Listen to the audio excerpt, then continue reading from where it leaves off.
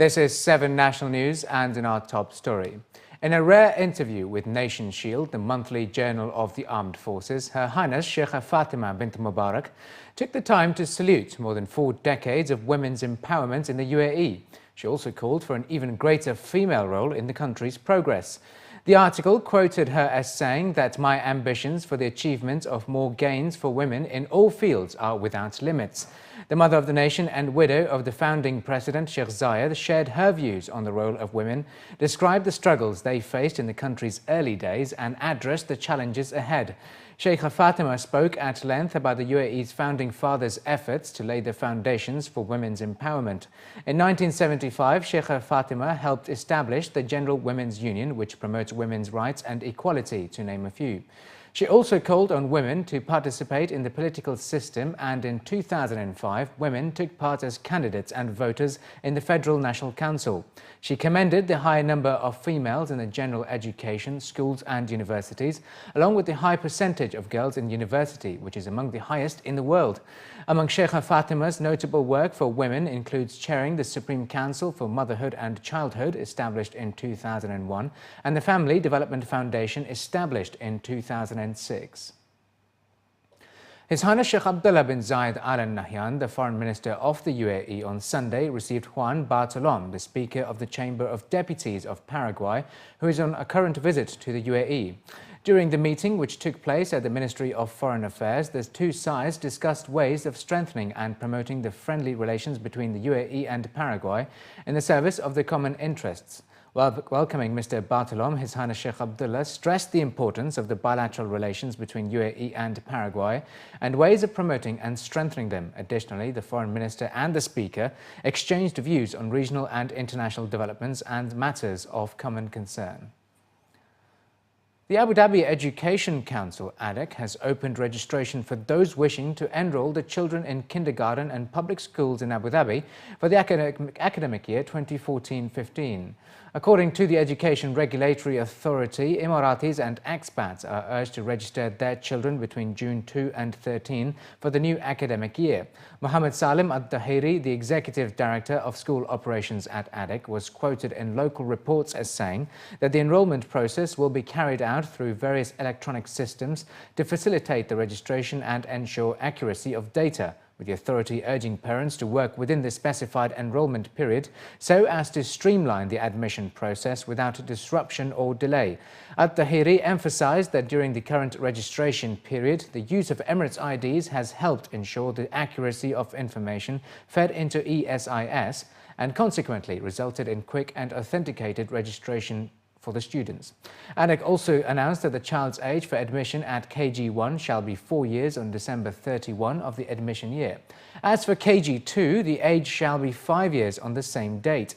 For grades 1, the minimum age shall be 6 years, while the maximum age shall be 8 years on December 31 of the admission year.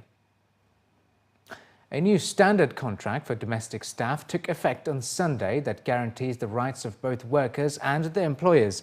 Recruitment agencies believe the new deal will ensure that housemaids receive the wages and benefits they have been promised and therefore reduce the number of runaways. Domestic staff are not protected by laws enforced by the Ministry of Labour. Their employment is regulated instead by the Ministry of Interior, which has produced the new contract. According to the Emirates news agency WAM, Major General Khalifa Harib Al-Khaili, Acting Assistant Under Secretary of the Ministry of the Interior for Naturalization, Residency and Ports Affairs, stated that amending and updating the contract form has been achieved following assessment of the contract's implementation phase. He stressed that the updated version of the contract represents one of the many measures that the Ministry of Interior is reviewing with a view to addressing the negative issues witnessed in the past regarding domestic helpers. After a long wait, the name game is over for Dubai Mall's Dinosaur. At a ceremony held earlier today, the remains of the 155-million-year-old dinosaur on display in the Star Atrium of the Dubai Mall has finally been named. Johara Al-Bayed, a bank manager and Saudi national, won the naming competition that played out on social media. Al Bayed won with her entry Dubai Dino, which is now the official name of the 24-meter-long, 7.6-meter-high Diplodocus longus dinosaur from the late Jurassic period. She beat the other 6,000 participants.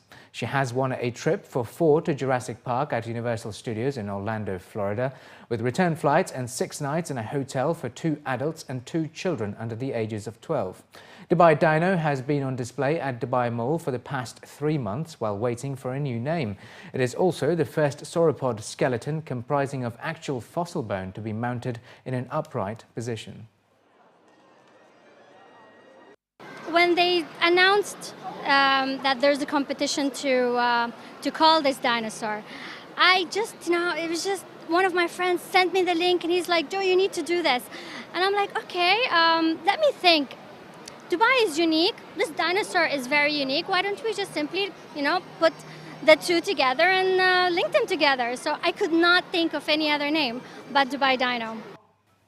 And finally in the bulletin, in a bid to provide unique ambience for the guests and visitors, Pullman Hotel in Deira has been entertaining its visitors with resident artist exhibitions. Irish ceramic artist Michael Rice has joined the art initiative and created an original piece live. During the opening night of this exhibition, Michael Rice, together with the guests, created a unique ceramic piece on the potter's wheel using Emirati sand. The interactive workshop was coupled with some musical entertainment by the guest solo flute player Roland Byers at the lobby.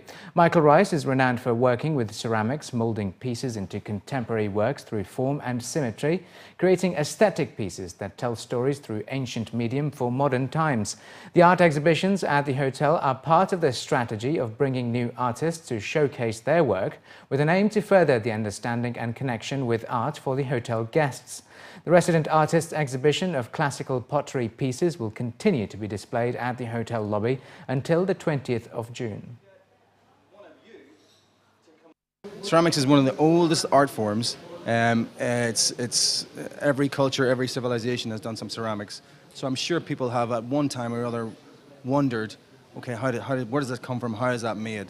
So here you'll be able to see how it's made, and you can see the results of my making. An hotel is not usually a place for exhibit artists, but in Pullman Deira City Center we decided to promote and to show what the guests don't necessarily see in a lobby hotel. So it surprises the people, take photos, watch, try to understand, and it's obviously added value for the hotel, for the guests coming and staying with us.